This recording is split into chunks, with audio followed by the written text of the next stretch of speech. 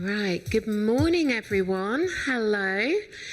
I hope you've all had a good second start to your day and you're nicely caffeinated for this interactive session. No size there, it's really good. I am very, very blessed to be with Laura Overton today, who is a fantastic speaker, learning thinker, analyst, and most importantly, a doer. So today we're going to be talking about doing. So I'm very, very happy to invite Laura to the stage, in which we're going to be talking about becoming equipped and ready for being a learning professional. Thank you, Laura. Thank you. Thank you so much. And for those who were with me yesterday, sorry, I'm standing in for the most amazing Fiona McBride, who was due to be with us today. Her thinking on this whole area is so powerful. So can I encourage you to kind of seek her out on LinkedIn and follow her and kind of really get connected with her thinking, because together, and there are a number of people in this room, you know, there are a number of us who are really passionate, not just about how we build our skills and our careers, but how we build the future of the learning and development profession. And that's really where I'm coming from today in terms of our professional development. It's about how we build our careers, our practice, and also how we contribute our agency to the future of our industry. So those who know me know that I'm kind of a little bit passionate about that. The fact that I was called all of those things, but recently I kind of really realized that actually who I am is a re-searcher, because for the whole of my career in learning and development, which has been nearly 30 years now, I have been really hungry to try and find out how what we do impacts the individuals, the teams and the organizations that we work with, and how we really make a difference to their lives. And that is my search question. And a number of the things that I'm going to be sharing with you today are kind of really linked into the fact that I ran a 15-year benchmark study, which was presented, the results were presenting here every year. And you know what? The secret of success of high-performing learning teams across all of that 15 years was you. It wasn't the technology. It wasn't the tools. It wasn't the different models. But it's how we as a profession embrace that and interpret what that means back into our own organization. So that's what I want to be talking about today, and that's what I want us to be talking about today, is how can we become equipped and ready. Now, those of you who are with the session was there anyone at the session yesterday with me? Bless you. Thank you so much for coming back. This will be different, but we will be building on some of those themes. And yesterday I shared a whole series of resources about how we can connect and collaborate together in order to drive better business impact. And at the end of this session, I've updated all of that resource pack with today's resources about being equipped and ready. But on the collaboration front, I just want to give a shout out to Anna Marie and Lavinia, who are over here, who run communities to support learning and development professionals. And again, I've got links to that in the resource pack.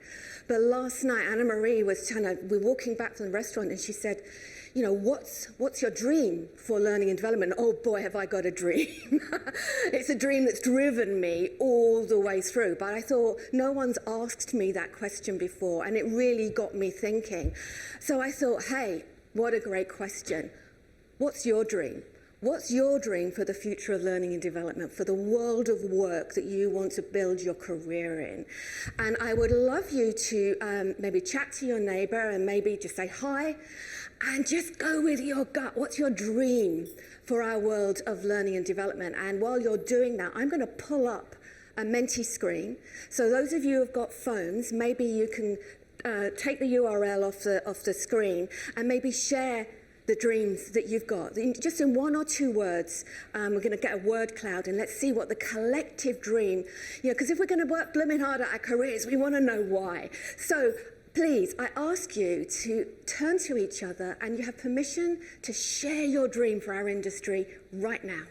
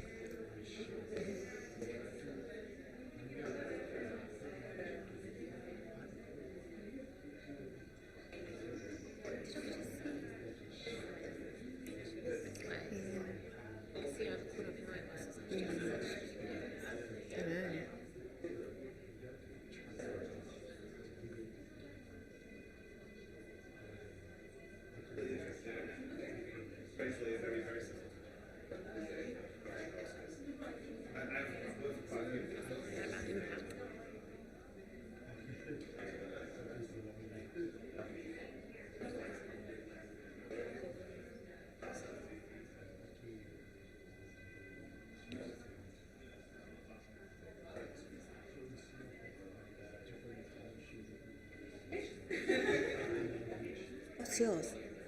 Mine was about strategic impact. Good. That, it gets to the point where the company turns to you and goes, well, we're going to do that. Yeah. Yeah. I had that at Solar and I really used it. I have it at QS. It makes such a difference. Yeah.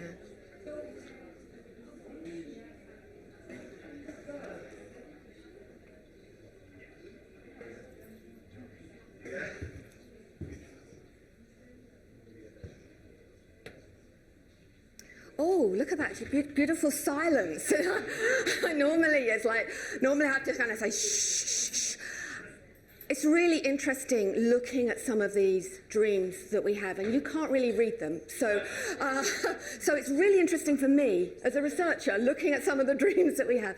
No, seriously. I think what we've got here, and I will share these back into the slide deck when I share the resource pack with you. But I think what we've got here is a whole range of areas where we want to make a difference, where we want to look at a seamless experience, something that's accessible, something that involves empowerment, peer-to-peer learning. And there are some really, really powerful things that we can do here. But I think what's really fabulous is what the why behind that. And whatever your dream is, ask yourself that kind of 5 why question. Why is peer-to-peer learning so important? Why is accessibility so important? And that will allow you to really dig into your real vision for why we're here in our jobs. And we've got some great words here about engagement, valued, impact, to be present, to have a voice. Hannah, you just said to me about, my dream is the fact that when something happens in the organization, the business leaders say, Hannah, how can you help us with this? So we recognize as being a contributor, a fully fledged, paid up contributor to the organizations that we're working with. So, these dreams are really important for us, and we need to be thinking not just about our short-term goals, but also our long-term goals for the industry. A little bit of a sad question when Anna-Marie was asking me and Rob Hubbard last night. Rob said, actually, I want us to last. And that's significant as well. I want us to have an ongoing impact in our world of work, particularly when there is, as Daniel Susskind said yesterday, this sense that the technology can come in and remove some of the day-to-day stuff that we're doing. But that releases us to play a role, and a new and creative role in this space. So I want us to hold on to your dream. I want you to work on your dream for your career in your organization and dig really deep into that why. But also, we're all doers here. What are the practical skills that you need in order to deliver on your dream? And again, I'd like you, your L&D professionals, to be honest, if you can't answer this question, there's probably a training course somewhere. No, but seriously, let's kind of continue that conversation and say, okay, well, what are the kinds of skills that we might need in order to kind of be part of creating this vision for the future of our industry? So again, please turn to each other, slightly less this time, because you know what, you're good at skills. I believe in you. And look at those kind of top 3 priority skills that you think you kind of really need to work on at the moment. And I'll bring up another mentee whilst you're chatting to your neighbours. Go for it. Skill us.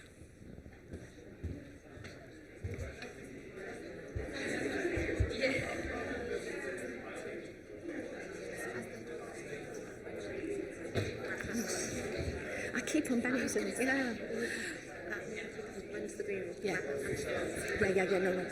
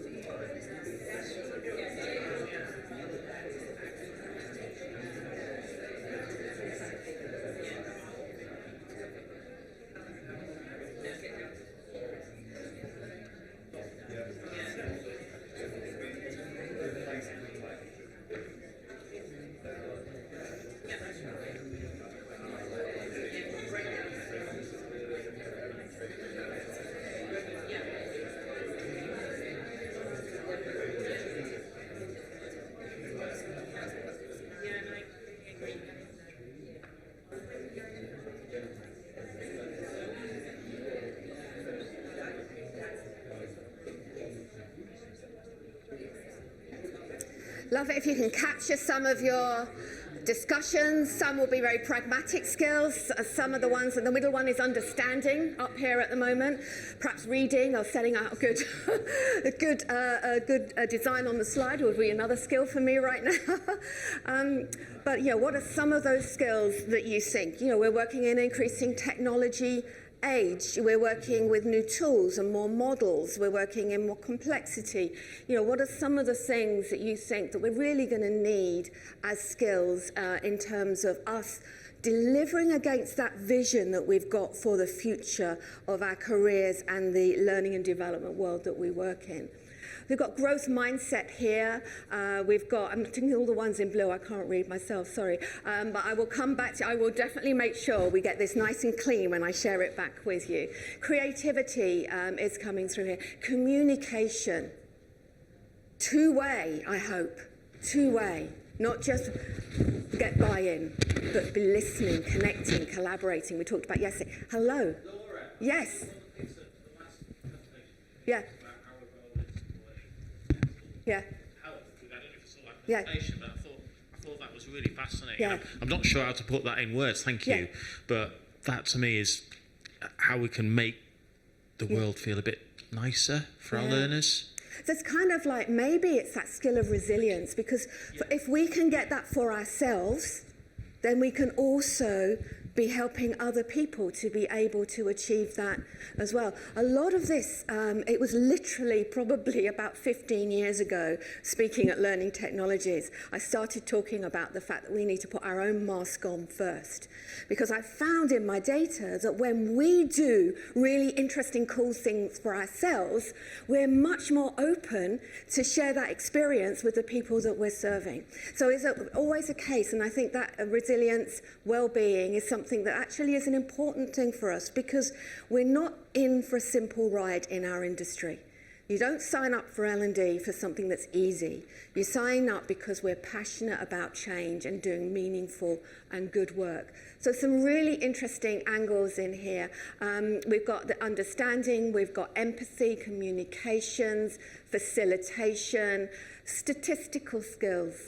You know, a lot of us aren't from a maths background or a science background, but our understanding of how we can use the evidence that comes in and how we can be critical on behalf of our audience is absolutely vital. And those who want to get involved in that more can come along to Zolt's session just after lunch today. Curiosity, also incredibly powerful. Can I just ask, how many of you are consciously, continually practicing these things? Thank you. 1, 2. Look at all of these people at the back here, because these are next year's presenters. Thank you so much for volunteering there. Fabulous people. And I hope you genuinely saw who had their hands up around you, because we need to connect and learn and grow with each other as well. Community is vital for our success moving forward. We're not in isolation. So I really appreciate your help and thinking on that today. Hopefully the slides will move forward. Yeah. So we're thinking about our dream. And are we equipped and ready to deliver through our dream? I think it's important for us as learning and development people to always consider our own context. Now, I can't consider your context, but I can look at what's going on around us that is typical for most people. Basically, we can't predict anything anymore. We've got more elections going on around the globe this year than at any other time. Who knows what's going to happen to the global economy as a result of that? We've got more ambiguity of not knowing what's happening in different supply chains, where there's a knock-on here. All of this is kind of really impacting us. There's more emphasis on us increasing our workload. The research I did with the CIPD at Learning at Work report last year showed that 54% reported an increase of 54% in their workload over the last year. They also reported a little bit more resources, a little bit more, but what was expected of us with the resources. There's a real pressure on us as organisations to be able to deliver through our own personal changes, through our work changes, through society changes, and in an environment which, to be quite honest, if it's full of people, it's full of constant disruption to our flows and our thinking. And I've been really thinking about that. And, you know, there are some of us who are in the learning and development profession who thrive on disruption, and I can understand why.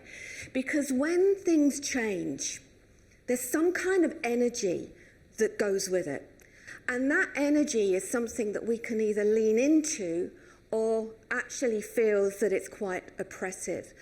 And what I've seen again in research with high-performing learning organizations is that there is this sense of when something's changing, that is that a moment for us?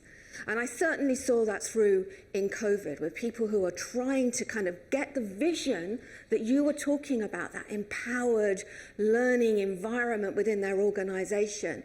And they saw the disruption of COVID and they said, actually, how do we find out a little way of leveraging it? How can we support that in such a way that helps us fulfill that vision? So I think when it comes down to being facing disruption, I think we do have choices. And as I say, I've been observing the industry. I'm not that doer. You're the doers, which is why we're going to be working quite hard this afternoon. What I have observed is that when the pressure comes, we either take cover, revert back to what used to work in the past, put the umbrella up, hunker down, and hope it goes. Funnily enough, over the last 20 years of me actively looking at this, it doesn't go away, okay? Constant change is here to stay. And really, if we're going to be equipped and ready, what I want to encourage us to do today is find ways of leveraging that disruption. And that's what I'd really like for us to explore together as we go through the rest of this session. So what does it mean to become equipped and ready? Now, when I was doing my research, I was looking at a whole range of practices, things we do, things we report as a result of the things we do, skills that we need, technologies that we were using. There was a complete reflective process. And by the way, that is still available to you now. So if you want to sit down and just reflect on the whole picture, you can still do that through the Learning Performance Benchmark, which I'm thrilled is still running incredibly strong, thanks to Mind Tools for Business. So I looked at skills. Trust me, I've looked at skills. This is the skills map. Deliberately, you can't read it, though it's surfaced in terms of what people like you are saying. These are the skills that we need for the future. Now, this is the latest Mind Tools for Business. And funnily enough, when I started the skills diagram, probably about 15 years ago, there was stuff around the circle, not as much as this. Every year, it grows. And they've chunked it down to skills around our intent, how we negotiate, persuade, skills around guidance, how we connect, engage, skills around the ecosystem, technologies, lots of skills. And you can say, oh, okay, well, that's just one study. But Danny Johnson, who many of you will have met yesterday, also has done work in this area. So what skills do we need? And funnily enough, her diagram is just as interesting, just as complicated, because we're realizing that to have influence and agency in our world of work, there's a wider range of skills that we need than just how do I design a program and how do I run an evaluation process. Because actually, if we're going to change the environment, the climate in which we're operating for good, then there's a range of different skills that we need. And we can't build all of these. What I want to do is I want to release the pressure on you today.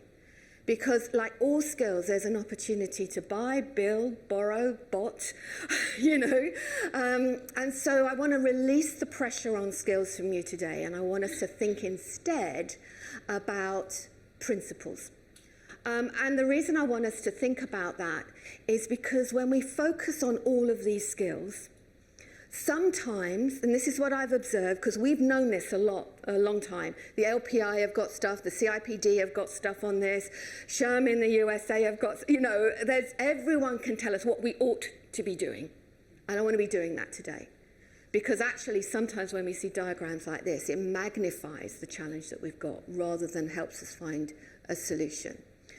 And part of me, when I was preparing this, thinking, if that's the same for us, is that the same for our learners as well? Is there something?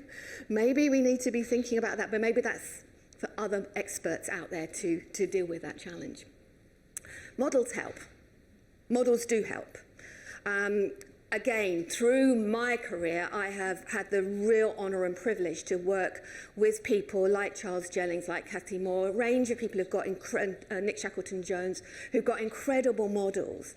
And I said to them, like, I remember having a conversation with Charles, say, you know, if people were really thinking about 70-10-2010, what behaviours would you be seeing? And so I used to deconstruct the model in order to understand the extent to which those behaviours are surfacing. But models help. And how many of you are using some kind of model in your learning design, your performance consulting? Yeah, and does this resonate in terms of helping us to build skill, build knowledge, build practice? Models absolutely help. They do need to be evidence-informed and representative, and you do have the freedom to change them and to make them into a model that works for you, as long as you're evidence-informed and representative as well. So that's just something to be aware of. But I think one of the challenges is that these models have been created in a world of, let's face it, relative safety. And a world where when you do one of these and you go through your career and you get to here, you do this lovely learning design, you go through the process and you get to impact. Does not work like that. And as the world becomes more complex and more interwoven and more entangled, we have no idea what's going to come up and bite us. So these models, what got us to where we are today, are powerful because they've built skill, they've built competence, they've built language, but they're not going to help us deliver our vision in the new world of work, which is constant. And the sooner we are comfortable with that, the more pressure we'll relieve from ourselves and say, okay, if these aren't going to deliver our value, what will? And what I want to do today is say, you will. You will. But there are things that we can look at. Life isn't that simple. We can't put things in boxes. We can't put people in boxes. We can't put styles of learning in boxes. Notice how I inverted that so that the police won't get me for using that word. We can't put generations in boxes. We can't put what we found here and translating it into our own organisation in a box. We are human, but it doesn't work like that. And again, I want to relieve the pressure from you to look at some amazing, I've got some incredible people here today, but what you're doing won't work for you. And it's really important that we can own our own spaces and our own agency in our own spaces. Because life just isn't that simple. Everything kind of bleeds into each other, including the models that we use. And what's more, they not only bleed into each other, but they're constantly moving. So as soon as you think you've got it sussed, it will have changed again as well. So how do we navigate this world? Well, this is something you can tell, sorry, this is something I'm really passionate about. This is something I looked at all of that data for 15 years, and then after 15 years I thought, we're talking about it, but nothing really is happening because, not that we're bad people, something's going on in the world. And sometimes it made me think, are we thinking too big? Again, sorry, I want us to dream big, but are we thinking too big? And I was so taken, which is why I've taken my organisation's name from them, by the idea of change makers, some social entrepreneurs. And Bill Drayton, who set up the Ashoka Change Makers, said something really profound that got to my heart. And he said, before, if we were going to accelerate change, everyone had to be more literate. And basically, what he says now, in a new society, everyone needs to be ready to thrive in a world of constant, rapid, exponential change as a skilled change maker. And I thought, that's who we are. It got me. I thought, that's who we are. We need to be literate in being able to not only see the change, but encourage the change in our organisations. And the Changemaker programme is aimed at school kids. It's aimed at women in villages who need to be able to feed their families at times of drought and insecurity. It's aimed at that child walking through the park who is seeing litter on the park and said, I don't want to see litter in the park, I want something to happen. Change makers are those people. And I thought, you know, if that kid, if that little boy, if that woman in their village is able to be a change maker, sure as hell we can. So I really was interested in looking at that. And to be a change maker, there are a number of characteristics that change makers had, a number of strengths, a number of aptitudes, a number of skills that they could build to use in the park, in the village, in a particular department in your organization. And the first is they're encouraged, say, if that piece of paper is running around the park, what is the root cause of that? What's happening here? So maybe not enough bins, whatever it is, foxes. They're system thinkers. They're holistic. They're saying, actually, it's not just the person who's dropped the litter, but what else is there that may have influenced the litter? So they're encouraged to think broader and wider. They're encouraged to then connect the dots. We were talking about that yesterday with a collaboration, and I think Nigel Payne was also looking at that. They're encouraged to be comfortable outside their comfort zone, to say it's okay to feel scared about tackling this litter issue with the grown-ups. It's okay, but you can do it. And you can do it because, Hannah, you get stuff done. You get stuff done. And also because actually it's not just you. It's how we create solutions in partnerships. And I thought these are really powerful and important principles of becoming change makers. I just thought, you know what, they're also our superpowers as well. They're our strengths. We can be in places, we can spot things, we can see things. You know, our happy sheets might allow us to notice something that no one else in the organisation notices, that is influential in the bigger system. So I'm not dismissing our normal evaluation processes, but what I'm saying is, what clues are they leaving us to make a bigger difference, to achieve the vision that we wanted? So I think there is a real power in our superpowers. And what's more, from working with the industry, I believe you all have those powers. You all have strengths right now that you're bringing into your job right now, and you probably never even think about them because we're under so much pressure. Not anymore. We're doers today. I want us to use the next 10 minutes to work in pairs. I'm giving you a few food for thought, but your superpowers might be different to the ones I've mentioned. And I'd like to do, again, a little bit more of that original AI, appreciative inquiry, to say, let's just chat with each other and ask each other questions. You know, see who's going to be first, have 5 minutes with the first person, then swap round. But really connect and engage with your partner and just say, you know, what is it that you bring? What are you really, really good at? You know, what kind of strengths have you been developing, and how could you use that to achieve the vision that you were talking about? Just let's inspire each other to really celebrate what we're good at right now. There's going to be no feedback on this. It's just between you and the person that you choose to speak with. So I am going to hand this over to you to build the courage, strength, all the things in the person that you're sitting next to. So your first 5 minutes starts now with your partner. So team up, choose who's going first, and let's build a courage with each other.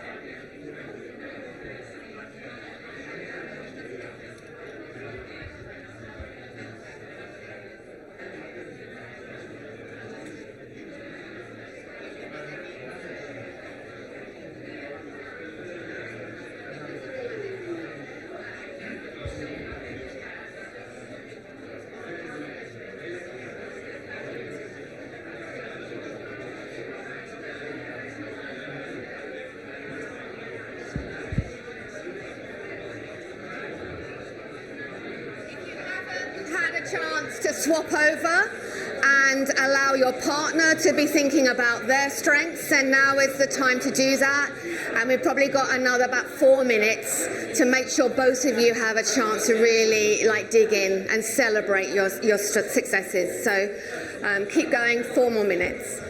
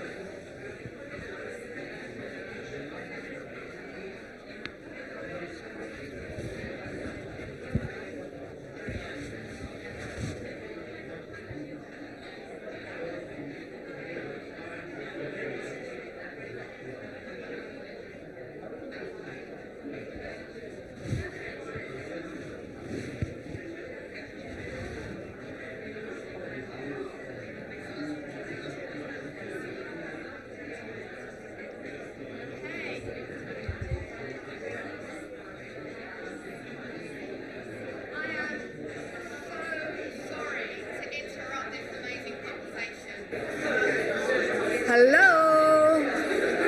Hello. I've got a whistle down in my handbag. I'm going to use it in a minute. Okay, everyone, if you're back in the room, that would be great. Sorry to interrupt that conversation, because probably it's one of the most important conversations you're going to have at this event, because it's about you and it's about what you can do. So yeah, I'm a bit of a bully really of interrupting it, starting it and then interrupting it. But I want us to go on and think about what we can do in this context. So we know it's complicated. We know that a simple tool, a simple model isn't going to be able to allow us to achieve that core vision that we have for our industry. We know that we have got our own superpowers to be able to bring to the part that we play in. And now I just want to share with you a few thoughts and ideas for honing your superpowers. Something that's a little bit simpler than the skills maps, that's a little bit simpler than all those data points that I've been sharing with you, that I've been leaning into for the last 20 years. But it's something to help you build your boldness and build your courage to do something that will make a difference and take you one step further to your vision. And trust me, I'm framing that right now because at the end of me sharing some of this, I'm going to be asking you to think about that one thing that you can do to be bolder. So that's, I'm just saying, I don't want any surprises here, that, these are just to help you stimulate your thinking. And again, everything that I've got here is backed up with more details, different tools, different ideas, different resources. Those of you who love the evidence, all of that is in the resource pack. So I'm not going into the incredible amount of detail at this stage. Number one, work out what you need to let go of that is holding you back right now. This one I want to be very careful with about performance, because I am somebody who's passionate that we can make a difference to the bottom line of the business. I've seen the data, I've seen the evidence. We can improve retention, we can improve customer satisfaction, your customers' satisfaction, not your learners' satisfaction. We can improve the stuff that makes a difference. We can get organizations ready for change faster, we can get processes rolled out more effectively, we can improve performance.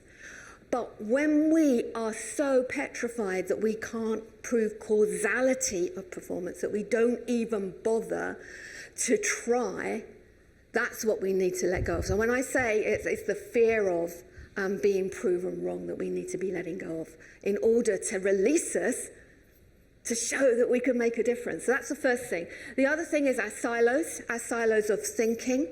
And these get built up even within the learning and development, the team itself. You've got the data people, you've got the people, you've got the facilitators, you've got, we're happy and comfy in our disciplines of thought because that's where we can build our expertise. And we've got the fabulous translator over there. We were talking yesterday about, oh my goodness, I've had so many different jobs. Oh, what a fabulous role to have in learning and development because you can draw on a broad experience. So letting go of the silos means we can draw on each other's experience. We combined all the strengths in this room to address the main challenge. Wow, how powerful would that be? But the silos have to come down and we have to recognize each other's strengths. Let go of the past.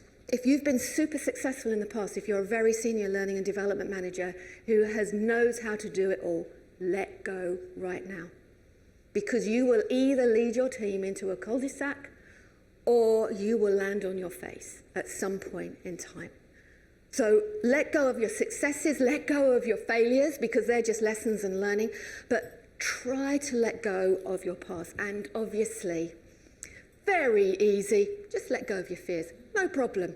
But that's why we need each other. That's why we need connection. That's why we need community to be able to help us to let go. So that's the first thing. The second thing I want to share with you, as I say, 15 years of research into high-performing learning teams. Data, skills, technologies, behaviours. Ultimately, jumped over myself. The other thing I want to share with you is about the thing we have to work on our own inner game. I don't know, I went through it too fast. So the data, the skills have shown me that actually there are some principles behind almost every effective learning and development team. And looking for these principles in the models that we use, looking to combine models in order to get all of these principles together is absolutely essential. Just working on alignment doesn't get us anywhere if we don't do some of the rest of these things. Just working on our empathy and our connection and our engagement with our learners doesn't get us anywhere unless we do the rest of these things. Just working on understanding the cultures that we're working in and learning from doesn't get there unless we do all of these things. Just working out the best way to enable skills and learning in the organization, the way we do community, the way we do design, the way we do evaluation, all of the stuff that is the heart of us as experts, just focusing on that won't get us anywhere unless we do all of these things. Just focusing on all our attention on becoming better marketeers, getting our communications methods together, getting everyone working together. You know where I'm going with this. And just working on evaluation, what's the end result? Without a focus on how do I learn, how to adapt the whole system. So these are principles, and for, let's say, 15 years speaking here at Learning Technologies, every year I said, this is a six-legged race. It's better to take a small step with them all together than shoot off in one direction. And in fact, Gen Armitage and Anna Barnett, who are now analysing this incredible data set, flagged that we're much better at aligning, but it doesn't necessarily mean we're going to get the results. Why? Because these are the principles that we need to draw on all the time. Now, this is a simpler checklist than those big skills diagrams. So this is something you can use to say, actually, is this going to give me this? How can I stitch this together to make a difference? And then the other area I want to share with you is this area here about our inner mindset. You know, the tennis players, I think it was Timothy Galway in 1972 wrote a book for tennis players to say, you know, you've got an outer game, the stuff we've just been talking about, what you do, how you use a backhand, how you align, how you do performance consulting, how you do design, how you bring all those. There's an outer game, but there's also an inner game that we need to play with ourselves, and we need to win that inner game as well. And, you know, been doing a lot during the COVID period, researching how our thinking habits as learning professionals, you know, what we think about ourselves, what we believe about the value that we can add, what we believe about our influence, influences how we feel, influences our behaviour. Our behaviours then can influence. You know, this is the game we need to be playing. And I want to share with you a few things before I come back to us to do a bit of an exercise about how we can work on that inner game, how we can become bold. And I don't mean brassy bold, you know, because there's a whole shed load of people, and I hope some of you are here who are like, you know what, I'm going for that. I like it, I see it, I connect, I'm that maverick, that's my identity, and I'm going to go with that. That's great, we need that, but we're not all like that. And actually, all of us can be smart bold, and let me explain what I mean by that. B, business first. If you were with me yesterday, basically it's about however we see our value at the moment, let's face towards business. Let's say this is our goal, and I could see that was your goal in the vision of your dream for learning and development. But yesterday we talked about we need to turn around. We need to turn around and focus with our LMSs on all of this, trying to prove that, and instead, just wherever we're at here, turn around, face business first. Let's think out, what is it that we're trying to do? We're empowering learners. Why? We're doing peer-to-peer. Why? All good stuff, all tick, tick, tick in terms of the correlations back to business impact. I'm not having a problem with that, but business first. It will really help you. And if you want a copy of this to stick on your wall, just as a reminder, just pick one up. I've got a few today. I forgot to mention it yesterday. Second, we need to be open-minded. What can you learn from each other? What can you learn from learners? What can you learn from the person who is refusing to give you any budget or any time or any resources right now? What can we learn and combine together to create something new? Open-mindedness means let's keep being curious. I talked about learning styles a moment ago. I am super, super curious as to why it's such a pervasive idea. I don't want to slam people for believing that, but I am curious to why people believe it. So let's keep open-minded rather than ranting and complaining and blaming. Let's work out what it is that other people are thinking, because maybe their perspective might release something new, something fresh, and allow you to use your superpower in a new way. So collaboration, curiosity, all part of being open-minded. Leading and learning. If you don't try stuff for yourself, just yourself, then it's going to be really difficult for you to be able to encourage behaviour change in others. So try it. Lead for yourself. Lead yourself. Even if you can't lead anyone else, even if you're brand new in the industry, lead yourself. Try things. Try new ideas. Explore the dream that you have for the big picture of L&D.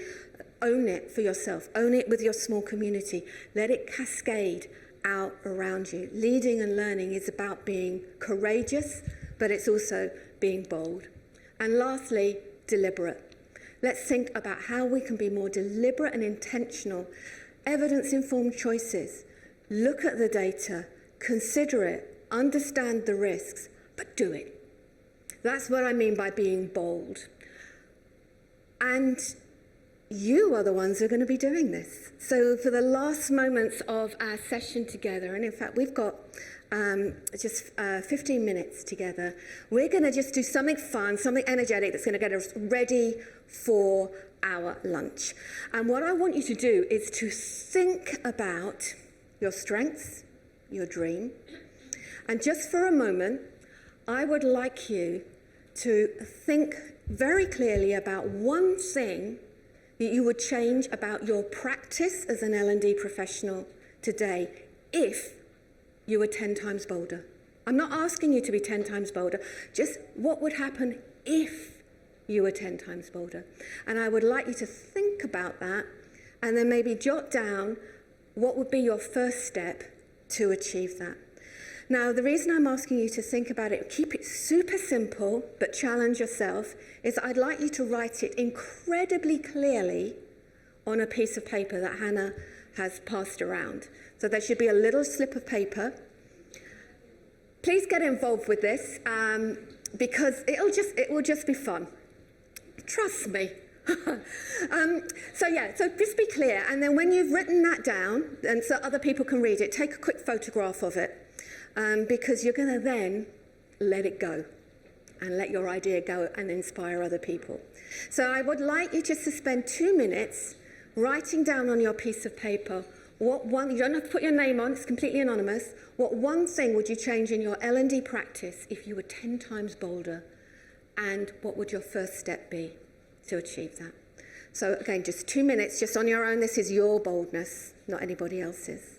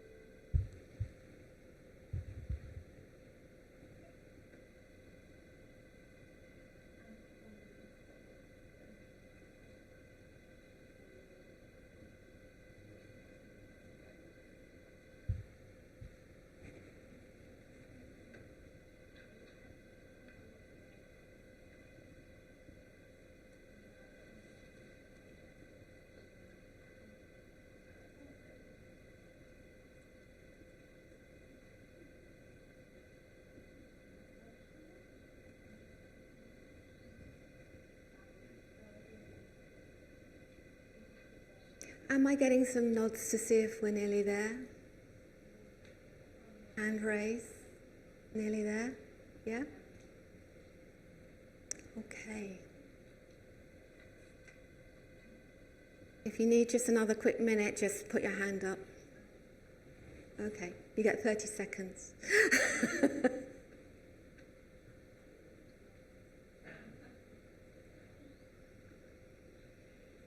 Those of you who've finished, or not finished, but just happy to let this go, take a photograph so you capture it for yourselves.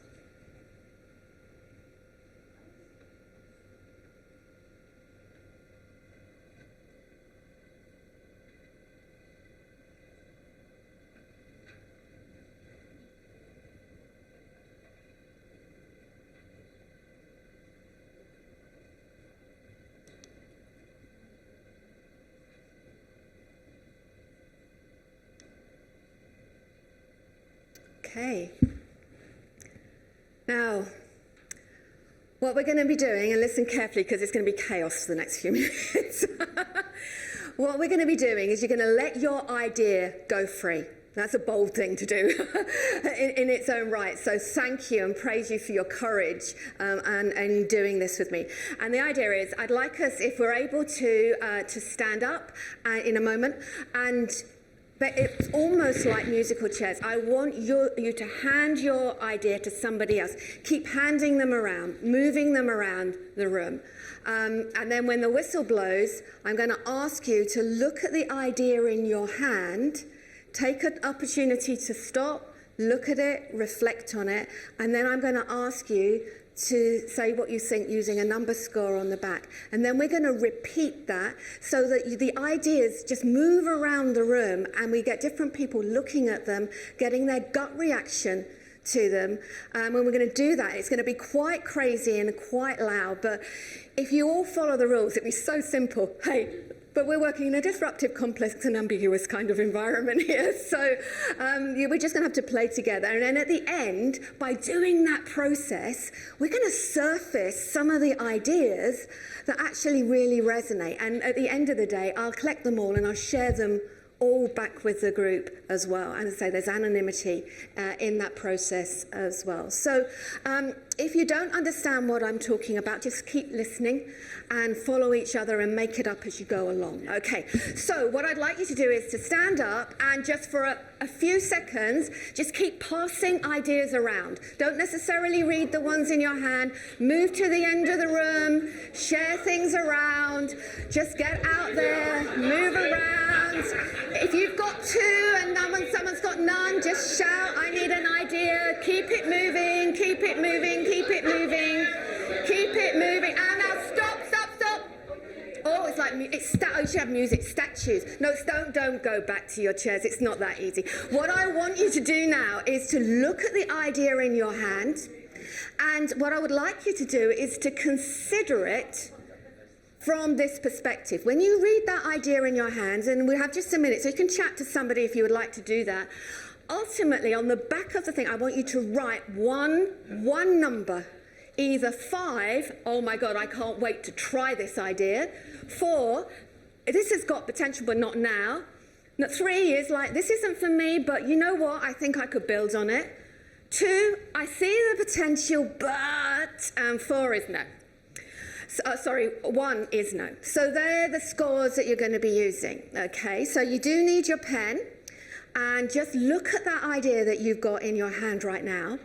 And it's a gut reaction, okay? You're not assessing someone.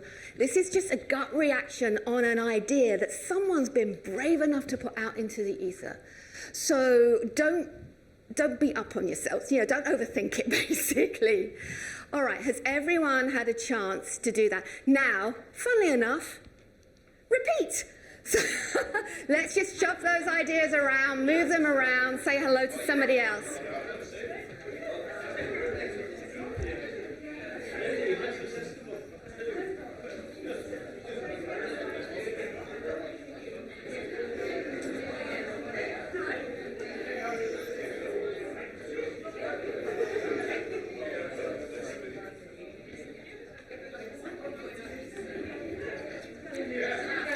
Okay, music stopped. Take a look at the one in your hand right now, and what's your gut reaction? Don't look at the score on the other side, just look at the idea, because somebody's idea is going to be brilliant for somebody and not for somebody else, because your environment, your vision, your dream of the future is uniquely you. So don't be swayed by other people's scoring of this idea. So have a little think. You're like, I don't want to let go of this. This is so good. Give it a 5. If it's like not for me, not for my organization, not for my life, give it a 1. And be honest, because no one's going to know your score. So just going with a 3, just because it's easy, that's a bit lazy. All right, let's go again. We're going to do this 5 times, so don't worry, you're not going to be doing all the way through to lunch.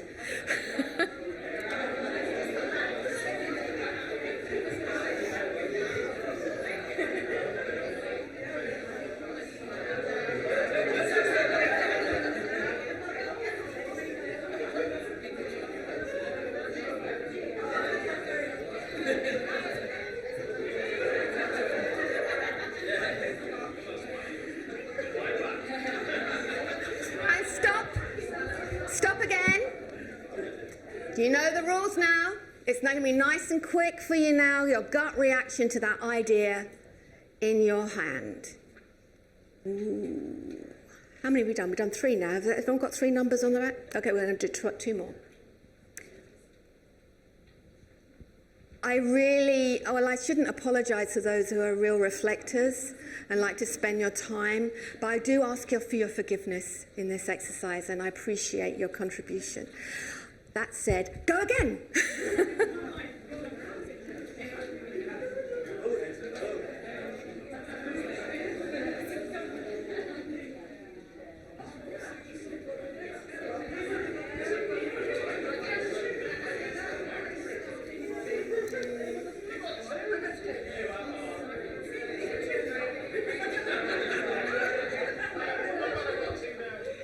And stop.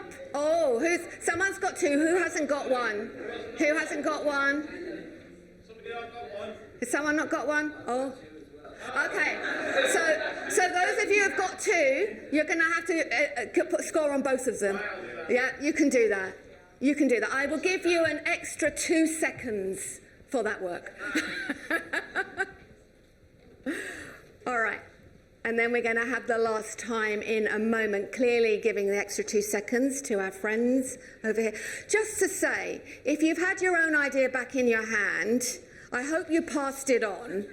Right, yeah, exactly. Come on, you're going to make our own rules up here, but, let's go with it. Last time, meet some new people, say hello, share those ideas around, and let's keep it moving.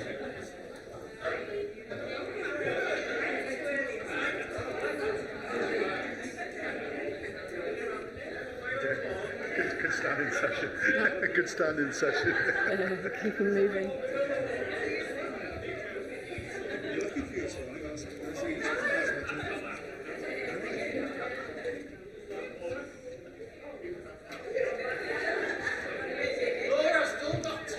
Oh dear. Oh my goodness. Just give it to somebody else. You've got 3 seconds to get rid of it now. Okay. 5, 4, 3, 2, 1. That's it. So please take a seat with the idea that you've currently got in your hand. If those of you are hoarders and have got 2. So what I would like you to do, and this is where it always gets fun, because in theory, each of your ideas has got 5 numbers on the back. In practice, someone will have 1, someone will have 4, someone... So basically, you're going to have to turn into a little bit of a statistician here, because I would like you to add those numbers up and give it a score. Now, if you've only got 4 numbers on there, and most of them are 4s, add another 4 in, and then give it a score out of 25. So... You see what I mean here? So we don't want anyone's number just because of the system not having 5 scores on the back. So I leave it to your discretion to make it up to 5 and then add up the numbers, if that makes sense. Okay, I leave it up to your discretion to say which one. So this is why we need the data literacy session later on this afternoon. Yeah, Zolt is your man. You got back in here after lunch. But you know what? Isn't maths is fun when you're actually enjoying it. It's not really a problem when it's actually, you can see why we're going there. Has everyone got a number out of 25 on the back of their sheets of paper? Brilliant. Thank you. Oh, wow. You are the best ever audience at this. You are so... no, trust me. I do not. Okay. Who has got in their hand a card that has scored 25? Oh, brilliant. 2. Can I ask if the microphone can come to you and you just read out the idea that was on your cards? Yeah, it's great. So this one is a red piece of paper. It says, create better direction and belonging for myself and my team. Create a vision and a mission. Lovely. Better direction and belonging for the team. I love that. You don't have to put your hand up, but if it was your bold idea, would you be willing to own up? Thank you. And if that can give you courage to to go with that, then great. And, share your thoughts and everything over lunch. We've got that next. What's the next one, 25? So I had 6 numbers, so I took the highest ones. But it says, dare to ask the painful questions. The upper currents, I'm not sure what that means. But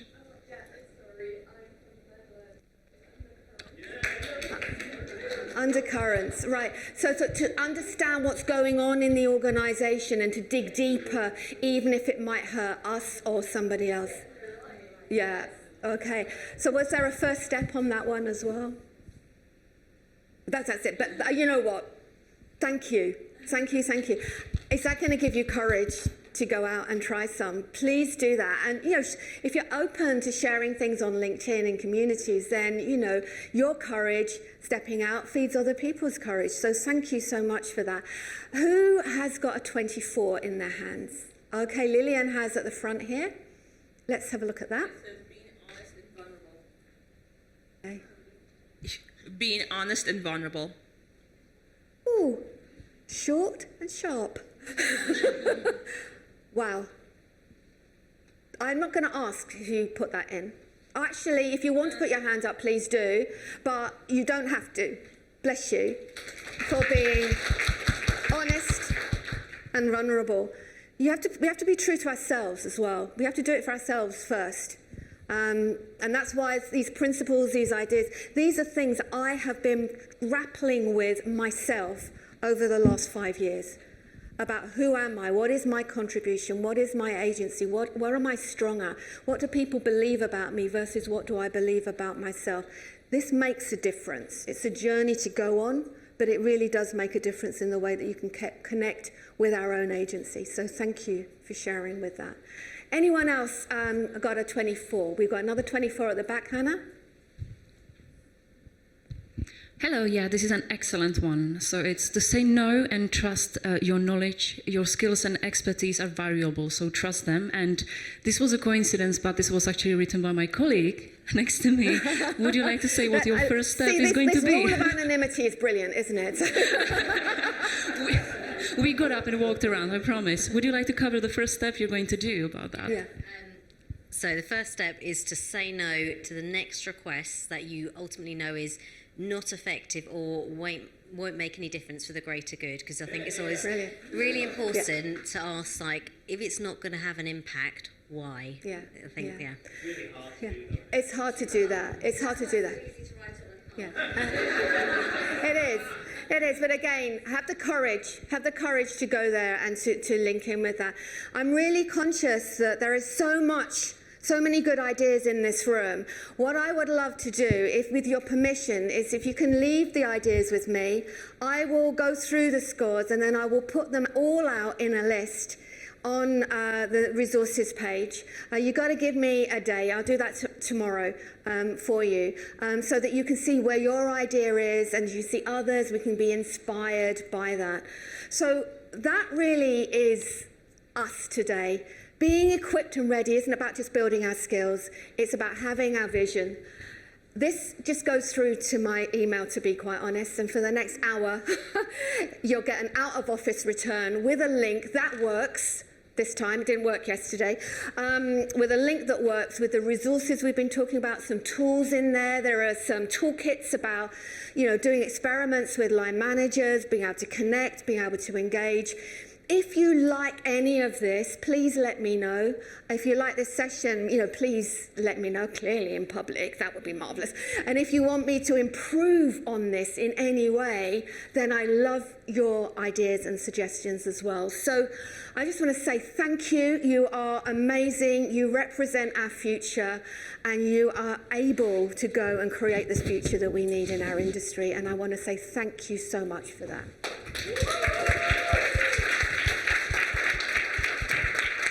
Thank you, everyone. Thank you, Laura. I think what is absolutely fantastic about this particular activity that you've all been doing is how transferable it is into your workplace. So do take up Laura's offer to QR code her, socially stalk her, and get those resources into your organisations. Thank you ever so much. I'd really like to thank Laura for stepping in at the last minute. and delivering an absolutely fantastic interactive session. I've never seen a group of people so animated at a conference in my entire life, if it's not the wine or it's the food. So thank you very much. And speaking of food, it is now time for lunch. I hope you have a fantastic rest of your day. Thank you.